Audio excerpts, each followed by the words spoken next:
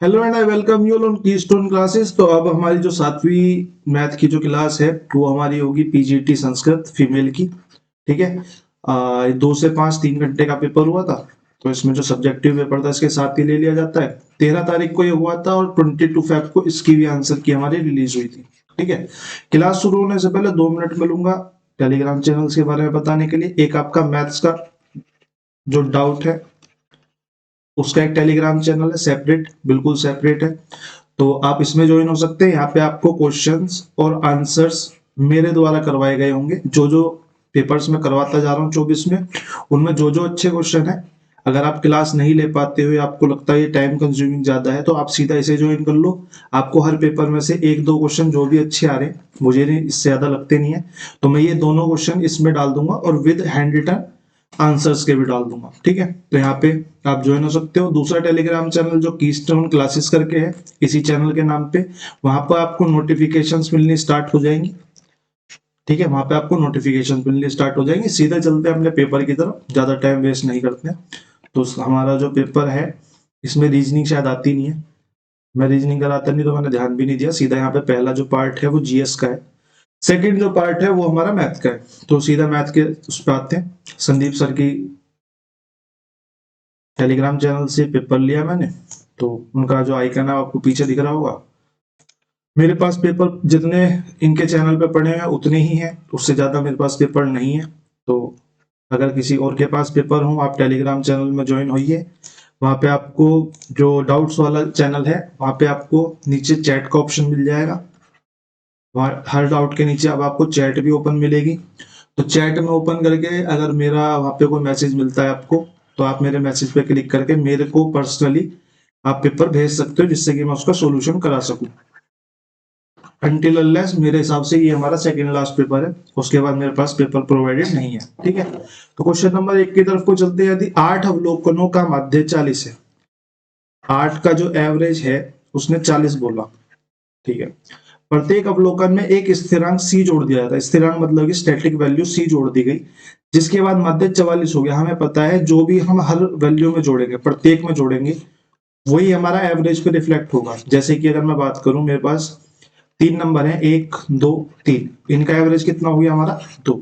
अगर मैं इसमें प्रत्येक में एक जोड़ दूं, प्रत्येक में एक जोड़ दूं, तो हमारा एवरेज 3 हो जाएगा। इसी तरीके से अगर मैं प्रत्येक में 5 जोड़ दूं, चाप करके देख लेना, तो इसका जो एवरेज है पहले से कितना हो जाएगा, पहले 2 था, तो अब कितना हो जाएगा, 7 हो जाएगा। यानी कि प्रत्येक में जो जोड़ूंगा वही मेरा एवरेज पे रिफ्लेक्ट होगा। एवरेज पे क्या रिफ्लेक्ट हुआ, एवरेज पे रिफ्लेक्ट हुआ कि +4 हो गया एवरेज।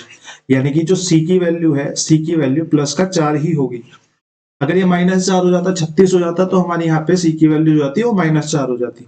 ठीक है। तो हमारा ऑप्शन नंबर 2 यहाँ से राइट आंसर हो गया। एवरेज का हमारा क्वेश्चन है, एवरेज का हमारा कॉन्सेप्ट है। अगले क्वेश्चन की तरफ को चलते हैं। क्वेश्चन नंबर 2 हमारा क्या कह रहा है? क्वेश्चन नंबर 2 हमारा कह रहा है कि a प्लस बी की वैल्यू जो है, एक सेकेंड मुझे देना, a प्लस बी की जो वैल्यू है, हाँ ठीक है, a प्लस बी की जो वैल्यू है वो हमारी कितनी दी हुई है इसने, वो हमारी दी हुई है 6। a प्लस बी की जो वैल्यू है वो 6 दी हुई है। ए बी की वैल्यू मेरे को 3 दी है। मेरे को 2a की क्यूब प्लस 2b की क्यूब का मान पूछा हुआ है। ठीक है। अब 2a की क्यूब और b की क्यूब को मैं क्या लिख सकता हूँ, मैं लिख सकता हूँ 2a की क्यूब प्लस b की क्यूब। यानी कि मेरे को इसने इसका मान पूछा है, इसका मान पूछा, ये क्या है, इसमें से अगर मैं अभी 2 को ध्यान नहीं देता हूं तो मेरे को ये मिलता है। मेरे को पता है ये जो है एक फॉर्मूले का पार्ट है। कौन से फॉर्मूले का पार्ट है आपको पता होना चाहिए, a प्लस में b। ये अलजेब्रा का फॉर्मूला, बेसिक फॉर्मूला, a की क्यूब प्लस b की क्यूब, वो सॉरी, a प्लस बी की होल क्यूब बराबर में a की क्यूब प्लस b की क्यूब प्लस 3ab और a प्लस में b। ठीक है। मेरे को इसका मान पूछा और मेरे पास क्या ये सब चीजें हैं। मेरे पास a प्लस बी है, मेरे पास a प्लस बी है, और मेरे पास ए बी की भी वैल्यू है, ए बी की भी वैल्यू, तो मैं इससे ये निकाल सकता हूँ। अगर मैं यहाँ पे वैल्यू डालनी स्टार्ट करूँ, a प्लस बी की जगह मैं 6 डालू, तो 6 6 36 छिक्का 216 इक्वल में इसकी वैल्यू तो मेरे को पता ही करनी है, a की क्यूब प्लस b की क्यूब प्लस में 3ab की जगह पे मैं वैल्यू डाल दू 3, और a प्लस बी की जगह वैल्यू डाल दू मैं 6। ठीक है। तो यहां से मैं देखूंगा कि ये 36 18 18 54 54 उधर माइनस चला जाएगा, यानी कि 216 माइनस में 54 हमारा यहाँ पे ए की क्यूब प्लस बी की क्यूब का वैल्यू आ जाएगी। ठीक है, और ए की क्यूब प्लस बी की क्यूब की एक्चुअल वैल्यू कितनी आ गई, ए की क्यूब प्लस बी की क्यूब की वैल्यू आ गई हमारी, ये आ गई हमारी कितनी, 2 और 6 और 1। ठीक है, 162। अब मेरे को निकालना तो ये था, निकालना तो मेरे को ये है, ये निकालना है मेरे को 2 ए की क्यूब प्लस बी की क्यूब, बस 2 की बार बार मल्टीप्लाई कर दो, दोनों तरफ में मल्टीप्लाई बाई 2 कर देते हैं। दोनों तरफ में मल्टीप्लाई बाई 2 करके मेरे को क्या मिल जाएगा, 2a की क्यूब प्लस 2b की क्यूब बराबर में 324। अगर आपको फॉर्मूला याद है तो आपको बहुत सारे स्टेप्स कट जाएंगे, प्रैक्टिस होगी तो बहुत सारे स्टेप्स कट जाएंगे, ये भी आपको क्वेश्चन ग्रुप में मिल जाएगा। ठीक है, और क्वेश्चन नंबर 3 की तरफ को चलते हैं। ए एक कार्य को 12 घंटे में कर सकता है, ए एक कार्य को 12 घंटे में कर सकता है, बी और सी मिलके उस कार्य को 10 घंटे में कर सकते हैं, जबकि ए और सी मिलकर उस कार्य को 6 घंटे में कर सकते हैं। मेरे को टाइम एंड वर्क का क्वेश्चन दिखाई दिया, मैंने इक्वेशंस लिखनी स्टार्ट करी। ए जो है 12 घंटे में कर सकता है, बी प्लस सी जो है उसे 10 घंटे में कर सकते हैं, और ए प्लस सी जो है उसे 6 घंटे में कर सकते हैं। मैंने इक्वेशंस लिखी तो मेरे को टोटल वर्क तो निकालना ही पड़ेगा, क्योंकि मेरे को तीनों की इक्वेशन मिल गई है, तो मैं टोटल वर्क यहाँ से एलसीएम लेके निकाल लेता हूँ। 12, 10 और 6 का एलसीएम कितना आ गया हमारा, 60। 12 पंजे 60, 10 छिंग 60 और 6 ढाई 60। तो हमारा एक व्यक्ति का एक वर्क कितना हो गया, ए का 5, बी सी का 6, ए सी का 10। ठीक है, बी अकेला इसे करने में कितना समय लेगा, भाई मेरे को बताओ, मेरे को बी यहाँ से चाहिए, लेकिन यहाँ से निकालने के लिए तो मेरे को सी की वैल्यू इसमें से माइनस करनी पड़ेगी, लेकिन मेरे पास सी तो एक्स्ट्रा है नहीं। अगर मेरे पास सी नहीं है तो मेरे को पता चल रहा है यहाँ पे ए और सी है, और यहाँ पे ए अकेला। अगर मैं इस वाली इक्वेशन में से इस ए को माइनस कर दूं, ए प्लस सी में से अगर मैं ए को माइनस कर दूं, ए प्लस सी का वर्ग कितना है 10, 10 में से मैंने 5 माइनस कर दिया, तो मेरे को यहाँ से सी की वैल्यू मिल गई 5। अब इस सी की वैल्यू को मैं इस वाली इक्वेशन में डाल देता हूँ। भाई मैंने बी प्लस सी में से सी माइनस कर दिया, तो 6 माइनस 5, मेरे को यहाँ से b की वैल्यू मिल गई 1। अगर b की वैल्यू 1 है और टोटल वर्क 60 है, तो 60 काम को करने में b को कितना टाइम लगेगा, b का टाइम कितना हो जाएगा 60 अपॉन में 1, यानी कि 60 आवर्स। 60 आवर्स मेरा यहाँ पे राइट आंसर हो जाएगा। ठीक है, आई होप आप लोगों को समझ में आ गया होगा क्वेश्चन। ठीक है, मैंने थोड़ा सा अपना पैटर्न चेंज कर दिया पढ़ाने का, कराने का क्वेश्चंस को, क्योंकि मुझे ऐसा लगता है कि जो बिगिनर्स हैं उनको थोड़ा सा तो इनपुट मिलना चाहिए, क्वेश्चन को अप्रोच कैसे करा जाता है। मैं आधी चीजें पहले बता देता था बस कि ऐसे होगा और लिख देता था, मेरे को लगता है वो ना वो ठीक नहीं है। अगर कोई बिगिनर देख रहा है, उसको समझ में नहीं आ पा रहा है, तो उसका कोई फायदा है नहीं, तो इसलिए मैंने अपना थोड़ा सा पैटर्न चेंज कर दिया है। क्वेश्चन नंबर 3, बाकी आपको इसमें से बहुत सारी चीजें नहीं लिखनी, जैसे कि ये वाले जो पॉइंट्स हैं, ये वाले पॉइंट्स, ये पॉइंट्स आपको मुंह जुबानी होने चाहिए कि मेरे को यहाँ से ए दिखाई दिया, मैंने यहाँ से ए काटा, 5 में से 10 काटा, तो मेरे को ए 5 मिल गया, मेरे दिमाग में मैंने एक तरफ रख लिया। फिर मेरे को ए जब कितना मिल गया, मेरे को सी जो मिल गया 5 मिल गया, तो मैंने सी को यहाँ डाला, 5 इधर से माइनस करा, तो मेरे को यहीं से बी 1 मिल गया। जैसे मेरे को बी 1 मिला, मैंने 60 से डिवाइड करा अपने मन में और 60 आंसर लगा दिया। मतलब आपका जो एक्चुअल स्टेप है ना, वो सिर्फ इतना है लिखने का, बाकी तो मन की कैलकुलेशन।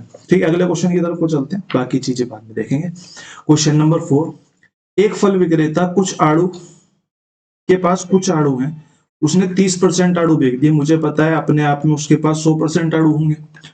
जब उसमें से उसने 30% बेच दिए तो 70% बचे होंगे।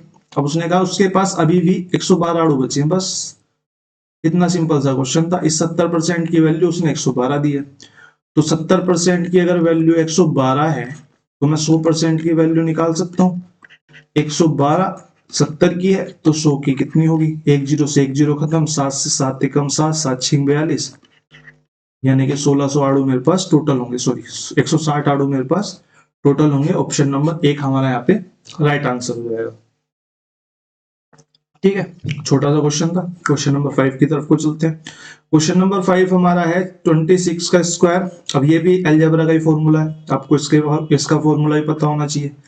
ए स्क्वायर माइनस में बी स्क्वायर बराबर होता है ए प्लस में बी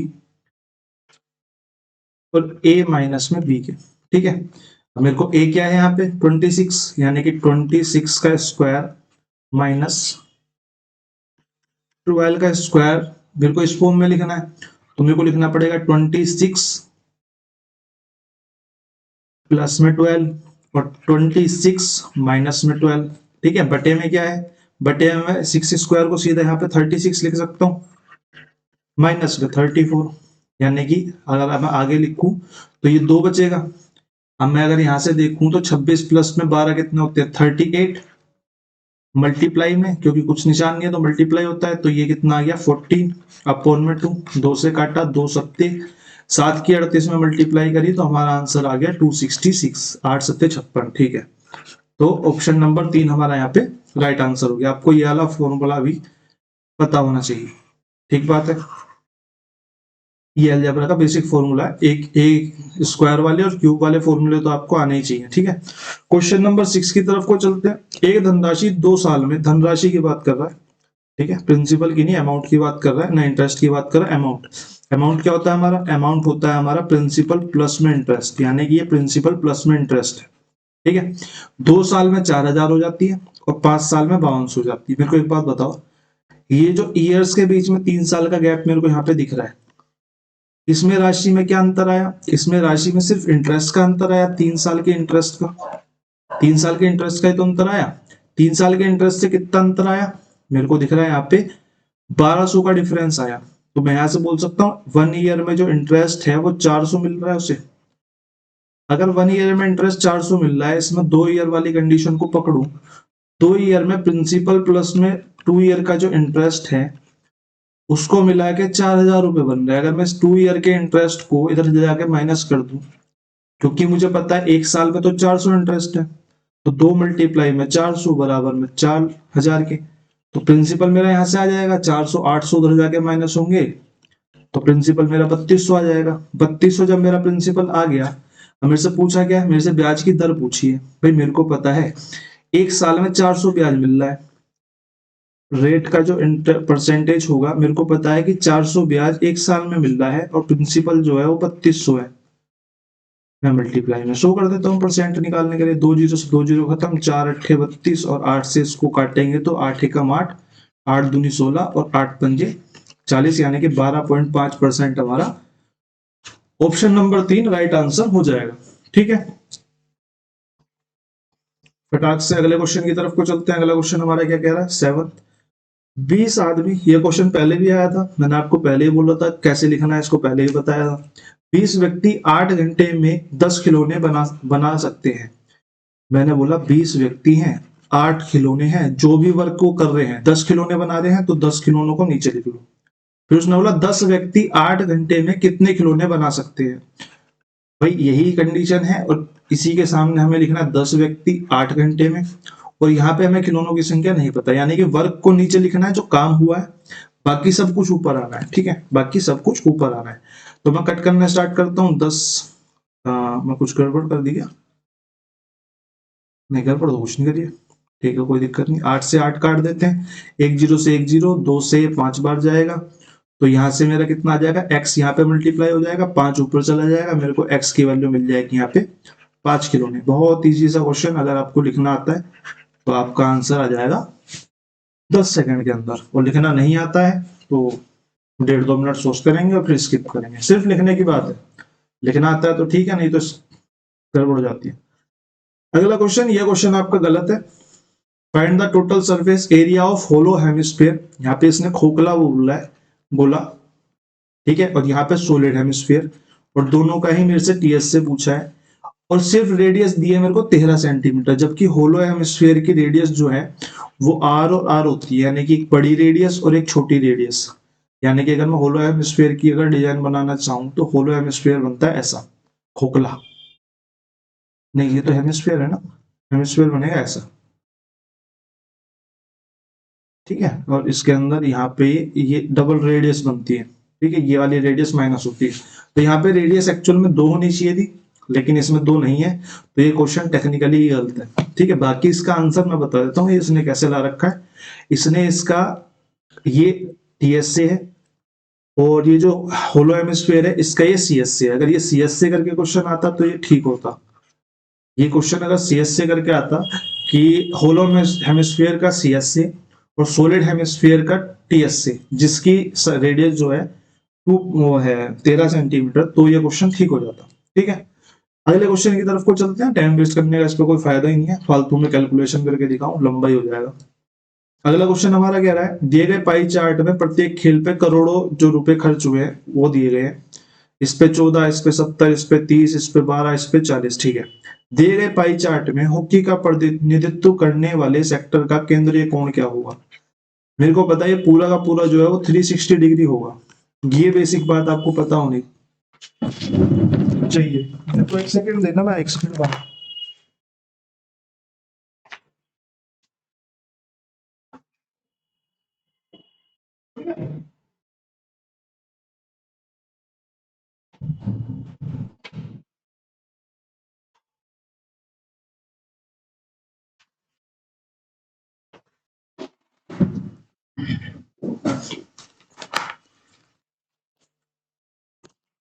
ठीक है, तो हमें पता होना चाहिए जो पूरा सर्कल है, ये पूरा सर्कल 360 डिग्री का होता है। ठीक है, अब मेरे को नहीं पता इसने 360 डिग्री की वैल्यू कितनी दी है। मेरे को दिखा है 70, मैंने सबको जोड़ लिया। 70, 312, 112, 152, 152, 156, 166। मेरे को इसने 166 सीआर दिए हुए हैं। ठीक है, 160 सीआर की जो वैल्यू है वो 360 डिग्री है। ठीक बात है। अब उसने पूछा है कि हॉकी का प्रतिनिधित्व करने वाले का केंद्रीय कोण कितना होगा। हॉकी कौन सा है, ये वाला कलर है, यानी कि इसकी बात कर रहा है, यानी कि वो 30 डिग्री की 30 की बात कर रहा है। 166 सीआर की जो वैल्यू है वो 360 डिग्री है, तो मेरे को 30 सीआर की निकालनी है। तो 360 अपॉन में 166 मल्टीप्लाई में 30। काटना स्टार्ट करते हैं। काटना स्टार्ट करेंगे तो किससे काट सकते हैं, दो से तो काट लिया। दो अट्ठे 16, दो तिया 6, दो से इसे काट लिया, दो एकम दो, दो अट्ठे 16, 18 तिया 54, 540 बट्टे 83। अब इसको अगर मैं काटता हूं तो मैं एक बार ऑप्शन और देख लेता हूँ। ऑप्शन काफी दूर दूर है तो मुझे ज्यादा काटने की जरूरत पड़ेगी नहीं। ठीक है, ज्यादा काटने की जरूरत पड़ेगी नहीं। 65 मेरा आंसर है, देखो यहीं आ जाएगा। 8 पंजे 40, 8 छिंग 48, 6 से तो ऊपर जाएगा नहीं, तो 60 समथिंग होगा। और 60 समथिंग में दो ऑप्शन है मेरे, 65 और 60। तीसरा 70 है, तो मैं एक और अंक ले लेता हूँ। 8 तिया 8 छिंग 48, यानी कि 480 और 18 कितने हो गए, 480 और 18 498, यानी कि 42 बचा। 420 हो गया, तो 8 पंजे 40, पंजे पे चली जाएगी माननी, पंजे पे चली जाएगी। 165.1 डिग्री हमारा यहाँ पे राइट आंसर हो जाएगा, ऑप्शन नंबर 3। ठीक है, अगले क्वेश्चन की तरफ को चलते हैं। जॉनी स्मिथ कैटी एक गोलाकार मैदान में एक ही समय पर एक ही बिंदु से एक ही दिशा में स्टार्ट करते हैं दौड़ना। भाई ये गोलाकार मैदान है, भाई यहाँ पे खड़े हुए हैं, जोनी खड़ा हुआ है, स्मिथ खड़ा हुआ है और केटी खड़ी हुई है। ठीक है, उन्होंने गोलाकार मैदान के चारों तरफ दौड़ना स्टार्ट करा। जोनी जो है वो अपनी दौड़ जो है 200 सेकंड में पूरी कर लेता है, स्मिथ जो है वो 350 सेकंड में पूरी कर लेता है, और केटी जो है वो 150 सेकंड में पूरी कर लेती है। वृत्ताकार पथ पे दौड़ने वाले क्वेश्चंस को अगर हमें इन तीनों को दोबारा मिलाना है, दोबारा आरंभिक इसी पॉइंट पे वापस आके मिलाना है, तो हमें इन सारे समूह का एलसीएम लेना पड़ेगा। ठीक है, ये बात अपने दिमाग में सेट कर लो। अगर गोलाकार पथ पे 3, 4, 5, 6, 8, 10 लोग दौड़ रहे हैं, या एक घंटी एक समय पर बजने के बाद दोबारा किस समय पे बजेंगी, इस तरह के क्वेश्चंस में हमें टाइम का एलसीएम ही लेना होगा, क्योंकि वो एलसीएम के टाइम पे ही दोबारा एक साथ बच सकती है, नहीं तो नहीं बच सकती, या तो उसके मल्टीपल पे, या तो एलसीएम पे या फिर एलसीएम के टाइम के मल्टीपल पे। तो हमें यहाँ पे करना क्या है, हमें 200, 350 और 150 का एलसीएम लेना है। एलसीएम लेने के लिए हम ये वाली पद्धति यूज करते हैं। तो 10 से हमने डिवाइड करा तो ये 20, ये 35 और ये 15। फिर हमने 5 से डिवाइड करा तो 5 चौक 5 सत्ते और 5 दिया। अब ये किसी से नहीं कटेगा। ठीक है, तो हमारा एलसीएम क्या आ गया, हमारा एलसीएम आ गया 10 मल्टीप्लाई 5 मल्टीप्लाई 4 मल्टीप्लाई 7 मल्टीप्लाई 3। ये मेरा एलसीएम आ गया। अब मेरे को पता है ये जो है ये तो सेकंड में है, लेकिन मेरे को आंसर जो है वो मिनटों में दिए हुए हैं, तो मैं यहीं पे से 60 से डिवाइड कर लेता हूँ। क्यों फालतू में मल्टीप्लाई करूं, मैंने ये डिवाइड करा, मैंने इससे बोला 2 बार, इससे बोला 3 बार, और 3 से 3 कट गया, तो 5 दूनी 10, सत्ते 70 मिनट्स मेरा यहाँ पे आंसर बन गया। ठीक है, 70 मिनट्स मेरा यहाँ पे आंसर बन गया। ठीक है, वृत्ताकार पथ पे दौड़ने वाले और घंटी वाले क्वेश्चंस जो है वो मेन है इस टाइप के, यही मेन पूछे जाते हैं। तो आप इन दोनों का याद रखिए, आपको कुछ नहीं करना, टाइम का एलसीएम लेना है, तो वो आपका आंसर आ जाएगा, या तो उसका मल्टीपल कोई आंसर होगा। और फिर भी नहीं आ रहा है तो एक बार लास्ट वाली लाइन दोबारा से पढ़ लेना, क्या पता वहां पे ये ना पूछा हो कि कितने समय बाद आरंभिक बिंदु पे दोबारा मिलेंगे, क्या पता वो बोल दे कि बीच में कहाँ मिलेंगे, हो सकता है। तो क्वेश्चन के पैटर्न पे डिपेंड करता है, लेकिन मैक्सिमम यही आता है। क्वेश्चन नंबर 10 से 11 की तरफ को चलते हैं। The perimeter of equilateral triangle is 126√3 centimetre, find the height. देखो, ये डीएसएसबी के जो पेपर्स है ना, इनमें लोगों की अर्थमेटिक तो ठीक होती है, लेकिन जो बेसिक एडवांस है यानी कि मेंसुरेशन है, बेसिक एडवांस जो है मेंसुरेशन है वो वीक है। तो वो आते देखो यहाँ पे लैंग्वेज चेंज हो गई, आपको हर किसी के साथ मिलेगा। मतलब मैं लगभग जितने पेपर मैंने आज तक अपनी जिंदगी में देखे हैं, उसमें हिंदी से एकदम से इंग्लिश ट्रांसलेट हो जाती है, जैसे उसमें बेसिक एडवांस आती है। एडवांस नहीं, बेसिक एडवांस है, लेकिन वो लोग प्रैक्टिस नहीं करते। तो मैं उम्मीद करूंगा अगर आपकी मैथ ठीक हो रखी है तो आप मेंसुरेशन के पार्ट पे 2D और 3D पे दोनों पे ही ध्यान दें, क्योंकि 2D में तो आपको कॉन्सेप्ट मिलेंगे और 3D में आपको कैलकुलेशन मिलेगी। जैसे ऊपर सीएसए टीएसए का क्वेश्चन था, वो आपका कैलकुलेटिव क्वेश्चन था, अगर वो ठीक होता तो मैंने कराया इसलिए नहीं क्योंकि मैं कैलकुलेशन करूंगा, लेकिन आंसर आएगा ही नहीं, एक्चुअल आंसर नहीं आ पाएगा, तो मैंने इसलिए नहीं कराया, लेकिन वो एक्चुअल में कैलकुलेटिव क्वेश्चन है। ठीक है, तो हम इस क्वेश्चन को डील कर लेते हैं। The perimeter of an equilateral triangle is 126√3 centimetre, find its height. मेरे को पता है कि पेरीमीटर ऑफ इक्विलेटरल ट्रायंगल क्या होता है, 3 इंटू में साइड, यानी कि साइड की 3 मल्टीप्लाई, क्योंकि इक्विलेटरल ट्रायंगल क्या होता है हमारा, जिसकी तीनों साइड बराबर होती है। ये भी ऐसे है, ये भी ऐसे, ये भी ऐसे। ठीक है, और पेरीमीटर क्या होता है, जो रस्सी हम यहां से बांध के इस पूरे पे खींच सके, वो हमारा पेरीमीटर होता है। तो हम तीनों एस को जोड़ देते हैं, या फिर उसे 3 मल्टीप्लाई साइड लिख देते हैं, बात दोनों एक ही है। तो मेरे को यहाँ पे 3s की वैल्यू दी है 126√3, तो मैं यहाँ से s की वैल्यू निकाल सकता हूँ। s की वैल्यू मेरी होती है 126√3 अपोन में 3, 3 से काटूंगा तो मेरे को मिलेगा 42√3। अब ये तो मेरी एस आ गई, लेकिन मेरे को साइड तो नहीं पूछी, मेरे से तो हाइट पूछी है। इक्विलेटरल की हाइट का फॉर्मूला क्या होता है, height of equilateral triangle, height of equilateral triangle, height of equilateral triangle होता है √3/2a। ठीक है, अब a यहाँ पे क्या है, a हम साइड को डिनोट करते हैं, फॉर्मूला इसी तरीके से लिखा जाता है, या फिर आप इसको लिख सकते हो √3/2s, अब जो भी आपको सुटेबल लगे। ठीक है, तो √3/2s की जगह जब मैं s की जगह साइड डालूंगा, √3/2 s की जगह मैं साइड डालूंगा, साइड मैंने कितनी निकाली थी 42√3, 42√3 मैंने यहाँ पे डाल दिया, मल्टीप्लाई कर दिया, 2 से इसको काटा 21, ये √3 मल्टीप्लाई हो जाएंगे तो ये बन जाएंगे 3, 21 मल्टीप्लाई 3 यानी कि 63 हमारा यहाँ पे राइट आंसर हो जाएगा, ऑप्शन नंबर 1। ठीक है, अगले क्वेश्चन की तरफ को चलते हैं। क्वेश्चन में इतना, ये भी आपको ग्रुप पे मिल जाएगा। अगला क्वेश्चन हमारा है, यदि एक व्यापारी वस्तु को 1504 रुपए में बेचता है और 6% की हानि होती है, उसे उस वस्तु को किस कीमत पर बेचना चाहिए ताकि वह 6%, सिंपल सा सवाल है। 100% उसका सीपी था, मैंने कई बार कराया हुआ कि 100% सीपी था, ये तो लगभग मुझे लग रहा है हर साइट में क्वेश्चन आया ही आया है। पहले उसने बेचा, उसको 94% मिले, 6% का लॉस हो गया, 6% का लॉस। अब उसे 6% का प्रॉफिट चाहिए, यानी कि उसे 106% चाहिए, यहाँ पे 6% का प्रॉफिट। तो मैं क्या करूंगा, मेरे को पता है ये जो 1504 है ये वैल्यू किसकी है, 96 की है, तो मेरे को वैल्यू किसकी चाहिए, मेरे को 106 की चाहिए। इनकी इसकी परसेंटेज से कैंसिल हो जाएगी, इसलिए मैं 100 नहीं लिख रहा हूँ। ठीक है, और यहाँ से काटना मैं स्टार्ट करता हूँ, जो तो ये मेरे को मिलता है 48, नहीं नहीं, 2 चौक 8, 2 अट्ठे 16, 2 पंजे 10 और 2 तिया 6, 48 से मैं काटता हूँ, 4 तिया 12 और 8 तिया 24, नहीं, कुछ गड़बड़ कर दी। सेकेंड मल्टीप्लीकेशन में कछु तो गड़बड़ हो गई। ये 94 आएगा, 96 नहीं आएगा, मैंने 96 लिख दिया।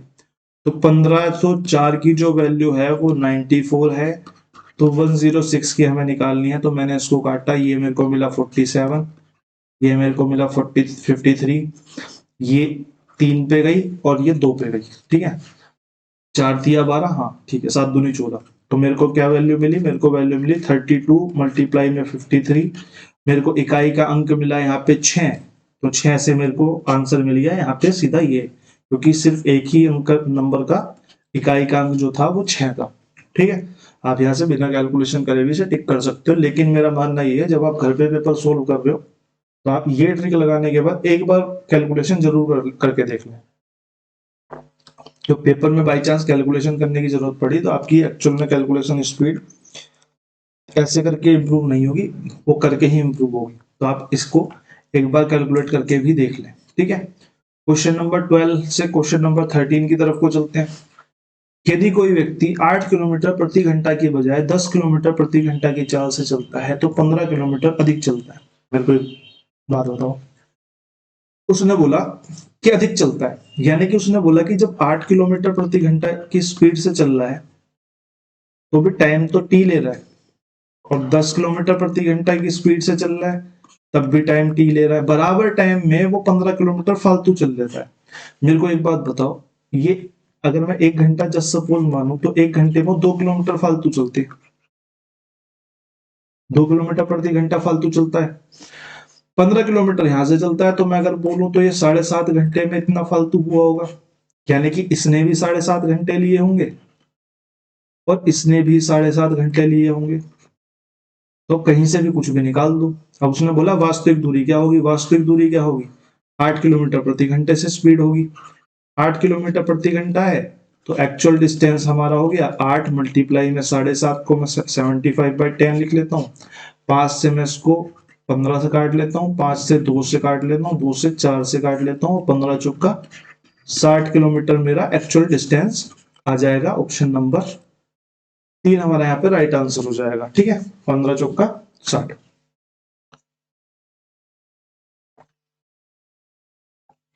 अगले क्वेश्चन की तरफ को चलते हैं। अब ध्यान रखना ये जो क्वेश्चन है वो टाइम का आता है और यहाँ पे इसने 15 किलोमीटर दिया हुआ है। आपने प्रैक्टिस करी होगी तो आपको पता होगा ये जो क्वेश्चन है यहाँ पे टाइम आता है एक्चुअल में x/8 माइनस x/10 माइनस में x/8 करके फिर यहाँ पे टाइम एक्स्ट्रा आता है, तो उस तरीके से डील होता है। तो क्वेश्चन का ध्यान रखना, अगर ये वाला आए तो एक बार पढ़ लेना है किलोमीटर है कि टाइम है, मिनट है। तो आई होप आप लोग समझ पा रहे होंगे। क्वेश्चन नंबर 14 की तरफ को चलते हैं। एक रोटी बनाने वाली कंपनी का मूल्य हर साल 10% घटता है। ये क्वेश्चन पहले भी हमने करे हुए हैं। ये हमारा जनसंख्या में आता है और इस वाले पेपर में ये रोटी में आ गया, ठीक है। 10% घटती है, 2 वर्ष के अंत में कितना हो जाता है 9720। तो ये आप अपना होमवर्क में रखिए, इसको अपना कर लीजिएगा, ठीक है। 15 क्वेश्चन की तरफ को चलते हैं। 15 नंबर क्वेश्चन हमारा पाई चार्ट है फिर से, ठीक है। इसने बोला कितने प्रतिशत भारतीय पर्यटक ऑस्ट्रेलिया व इंडोनेशिया गए। मेरे को दिख रहा है यहाँ पे ऑस्ट्रेलिया 25% है, इंडोनेशिया 15% है। परसेंटेज ही मेरे से पूछी है, बताओ क्या लल्लू क्वेश्चन है। परसेंटेज ही मेरे से पूछे तो दोनों को जोड़ दूंगा, 40% मेरा यहाँ पे आंसर आ जाएगा, 25 प्लस में 15, ठीक है। क्वेश्चन नंबर 16 की तरफ को चलते हैं। क्वेश्चन नंबर 16 हमारा क्या कह रहा है, 8 संख्याओं का औसत 14 है, 3 नई संख्या इसमें शामिल कर ली गई, 11 संख्याओं का औसत 17 हो गया, ठीक है। अब मैं इसको दो तरीके से डील करने की कोशिश करता हूँ। मेरे को पता चला कि 8 संख्याओं का औसत टोटल 14 है, तो मैं यहाँ से बोल सकता हूँ कि टोटल वैल्यू जो हो जाएगी कितनी हो जाएगी, 8 चौक 32, 8 एकम 8, 112।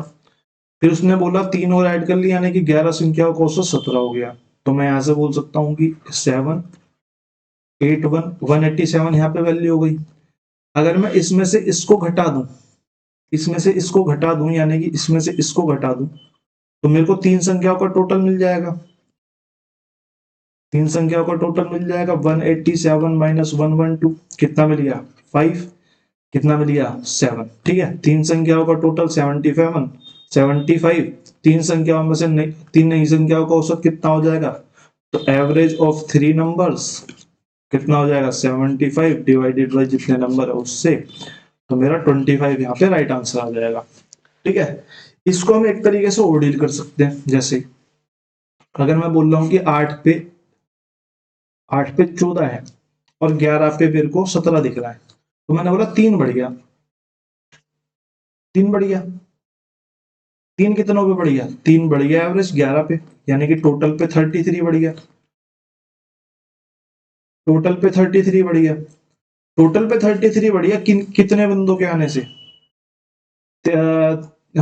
संख्या है ना 3 नंबर से मैंने टोटल पे 33 बढ़ा दिया, यानी कि पर नंबर से कितना बढ़ा, पर नंबर से 11 बढ़ा, 11 बढ़ा, पहले 14 था और 11 बढ़ गया पर नंबर पे, तो जो 3 न्यू बंदे आए होंगे उनका एवरेज कितना होगा, वो होगा 14 प्लस में 11 बराबर में 25। हम इसको ऐसे तरीके से भी डील कर सकते हैं, लेकिन अगर आपकी कैलकुलेशन या कॉन्सेप्ट ठीक नहीं है तो मैं उम्मीद करूंगा कि आप इसी पैटर्न को फॉलो करें।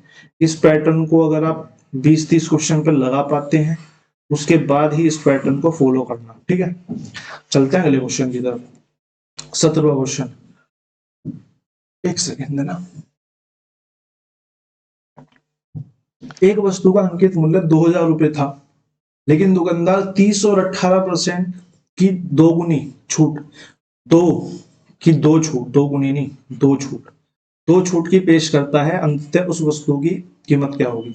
मैं क्या लिखवा देता हूँ, बाकी आप लोग करना। 2000 रुपए की चीज थी, 30% छूट दी, यानी कि 100 में से कितनी हो गई 70 बटे 100, फिर 18 की छूट दी तो कितने हो गए 82/100, और मैं करा ही देता हूँ, 2 जीरो से 2 जीरो, 2 जीरो से 2 जीरो, ये कट गई, 7 दूनी 14 दूनी 28, लास्ट में आएगा 8, लास्ट में आएगा 8, तो हमारा एक ही ऑप्शन है जो हमारा 8 दे रहा है, 1148। ठीक है, बाकी कोई भी ऑप्शन 8 नहीं दे रहा है। इस पेपर में भी हम इकाई के अंक से 2 क्वेश्चन तो निपटा चुके हैं।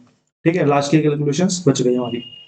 18 नंबर क्वेश्चन की तरफ को चलते हैं। देखो 18 नंबर क्वेश्चन बहुत अच्छा क्वेश्चन, बहुत ही प्यारा क्वेश्चन, ये आपको ग्रुप में मिलेगा। ठीक है, इस पेपर का one of my favourite question, मतलब अगर मेरे से बोलोगे इस पेपर में कौन सा ऐसा कॉन्सेप्चुअल क्वेश्चन है जो बहुत अच्छा है, वो ये है। ठीक है, बाकी तो 2-3 है, बाकी ये बहुत अच्छा है। जैसे कि अगर मैं बात करूं, सभी पुरुषों और महिलाओं के वेतन के रूप में वितरित कुल राशि 8:5 है, यानी कि टोटल जो अमाउंट है, टोटल अमाउंट जो महिलाओं और पुरुषों को मिला है वो 8:5 है। पुरुष यानी कि मेल, महिला यानी कि फीमेल। ठीक है, फिर उसने बोला प्रत्येक पुरुष और महिला को, इंडिविजुअल अमाउंट बोल दिया उसने, एक तो टोटल अमाउंट बोल दिया, एक इंडिविजुअल अमाउंट बोल दिया। इंडिविजुअल अमाउंट जो मिला है, एक पुरुष को 3 मिला है तो एक महिला को 7 मिला है। उसने बोला पुरुषों और महिलाओं की संख्या का अनुपात बताओ। भाई मेरे को एक बात बताओ, अगर मेरे को सैलरी देनी है अपने 50 एम्प्लॉइज को, तो उनका जो टोटल अमाउंट होगा,